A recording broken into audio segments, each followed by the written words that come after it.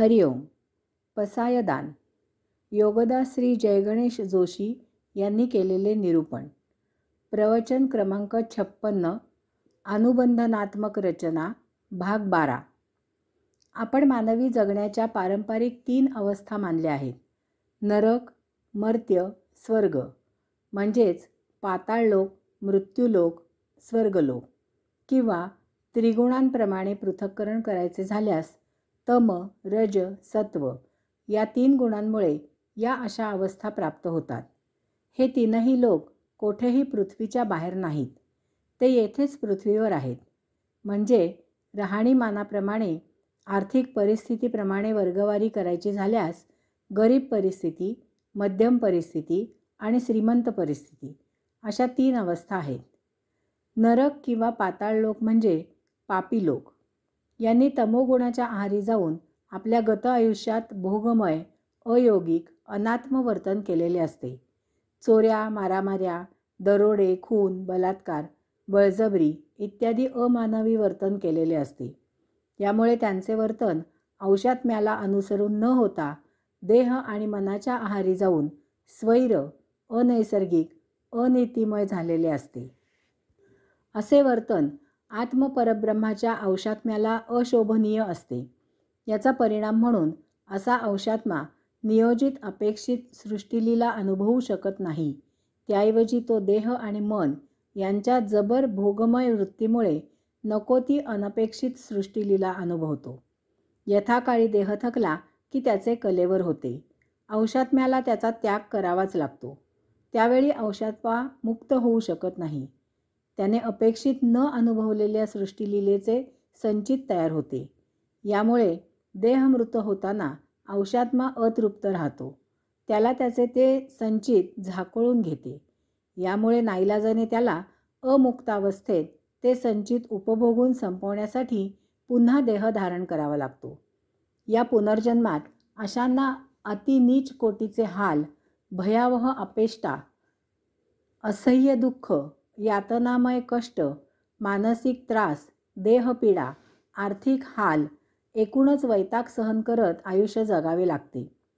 मर्त्य किंवा मृत्यूलोक म्हणजे पाप किंवा पुण्य यापैकी यांनी आपल्या गत आयुष्यात काहीही केलेले नसते. परंतु रजोगुणाच्या आहारी जाऊन यांनी आत्यंतिक टोकाला जाऊन बुद्धी वापरून, मेहनत घेऊन, घाम गाळून, दुःख, कष्ट, त्रास, पीडा, हाल, वैताग सोसत, सहन करत या लोकांनी देह आणि मन यांना पाहिजेत तसे भौतिक उपभोग भरपूर घेतलेले असतात. ते संपूर्ण आयुष्य यासाठीच जगतात. यांना प्रत्येक गोष्टीत स्वार्थाने लडबडलेल्या उपभोगापलीकडे अन्य काहीही समजत, दिसत, सुचत नाही. या भरात त्यांच्याकडून काही व्यावहारिक अप्रामाणिकपणाच्या लुबाडण्याच्या घटना होतात. याचे प्रायश्चित्त म्हणून हे लोक जन्मोजन्मी येथील भौतिकाच्या कर्दमात 2 पायांचे डुक्कर म्हणून अमुक्त राहतात. असे वर्तन आत्मपरब्रह्माच्या औषात्म्याला अशोभनीय असते. याचा परिणाम म्हणून असा औषात्मा नियोजित अपेक्षित सृष्टीलीला अनुभवू शकत नाही. त्याऐवजी तो देह आणि मन यांच्या जबर भोगमय वृत्तीमुळे नको ती अनपेक्षित सृष्टीलीला अनुभवतो. यथाकाळी देह थकला की त्याचे कलेवर होते. औषात्म्याला त्याचा त्याग करावाच लागतो. त्यावेळी औषात्मा मुक्त होऊ शकत नाही. त्याने अपेक्षित न अनुभवलेल्या सृष्टीलीलेचे संचित तयार होते. त्यामुळे देह मृत होताना औषात्मा अतृप्त राहतो. त्याला त्याचे ते संचित झाकोळून घेते.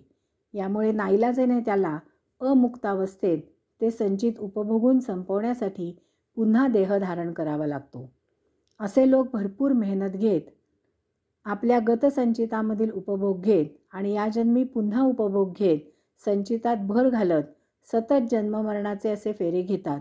परंतु याच जन्मी सुदैवाने सत्पुरुषाचा सहवास लाभला तर मुक्तीच्या मार्गावर यात्रा करू लागतात. स्वर्ग किंवा स्वर्गलोक म्हणजे पुण्यवान लोक. यांनी आपल्या गतजीवनात सत्वगुणाने आचरण करून भरपूर पुण्यकर्म केलेले असते. त्या जन्मी त्यांनी काये, वाचे, मने पुण्यमय जीवन जगलेले असते.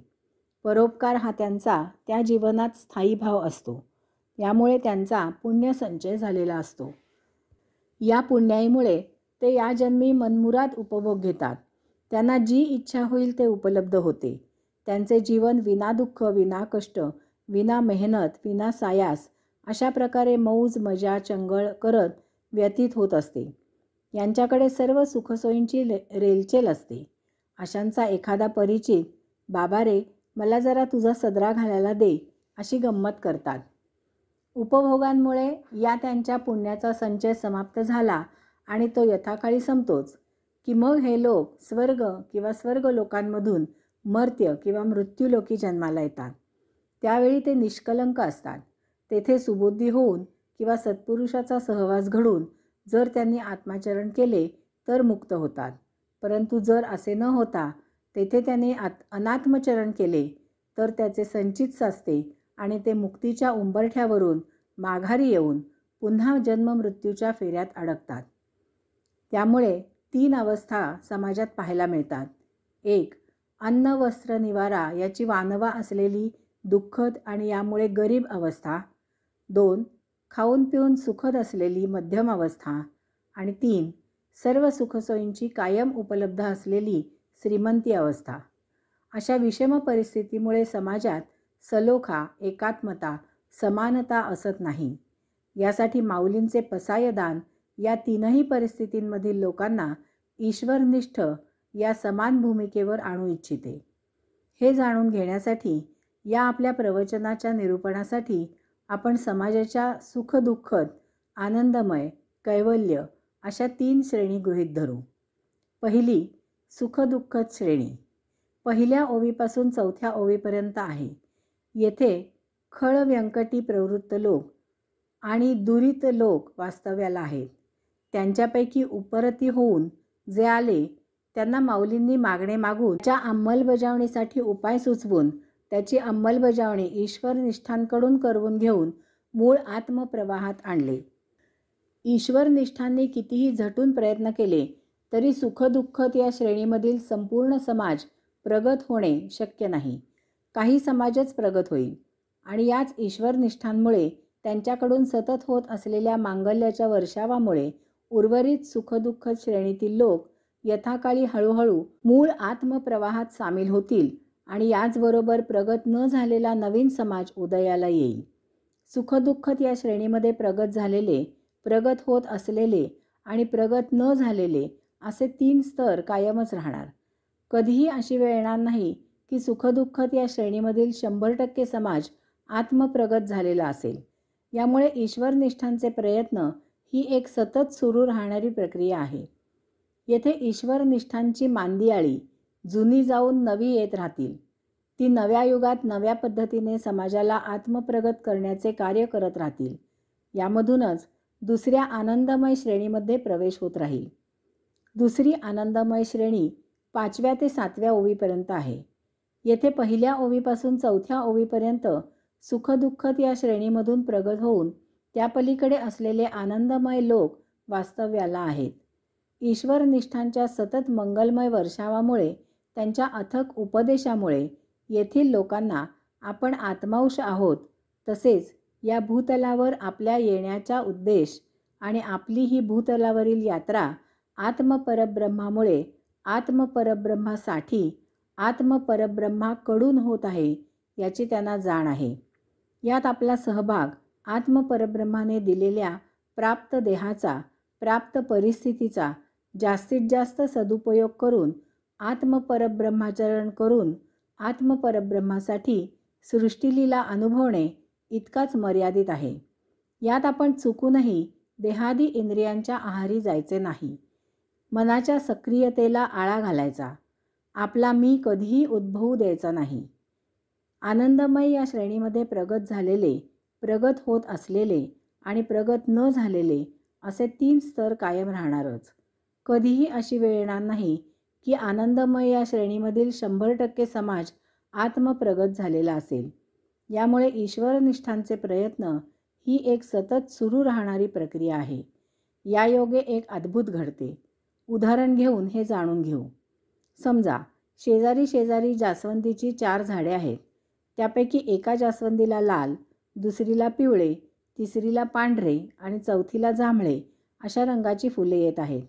या चारही जास्वंद्या शेजारी शेजारी असूनही एकमेकांची एकमेकांजवळ तुलना न करता त्यांच्या फुलांच्या प्राप्त रंगामध्ये आणि आकारामध्ये आपले सौंदर्य जमेल तितके जास्तीत जास्त फुलवतात.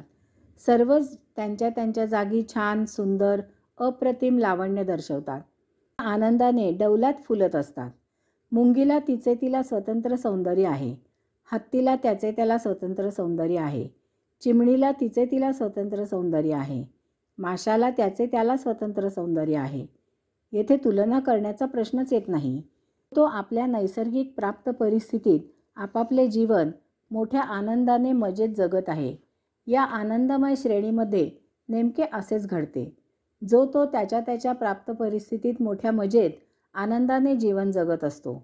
कोठे काही कसली कुरकुर तक्रार नाही. उलट फक्त आनंद आहे. एकमेकांना जगण्यासाठी सहाय्य आहे. सहजीवनाचा आनंद आहे.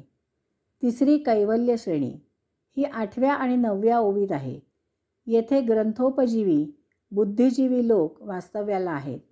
हे लोक विशेष आहेत असे माऊली म्हणतात. हे लोक सुखदुःख आणि आनंद या श्रेणी ओलांडून त्या पलीकडे आत्मयात्रेला मार्गस्थ झालेले आहेत. यांना आनंद अशी खास काही भावना नसते, कारण त्यांचा स्वभावच तसा होतो, सदानंदी, नित्यानंदी आणि म्हणून कैवल्यानंदी.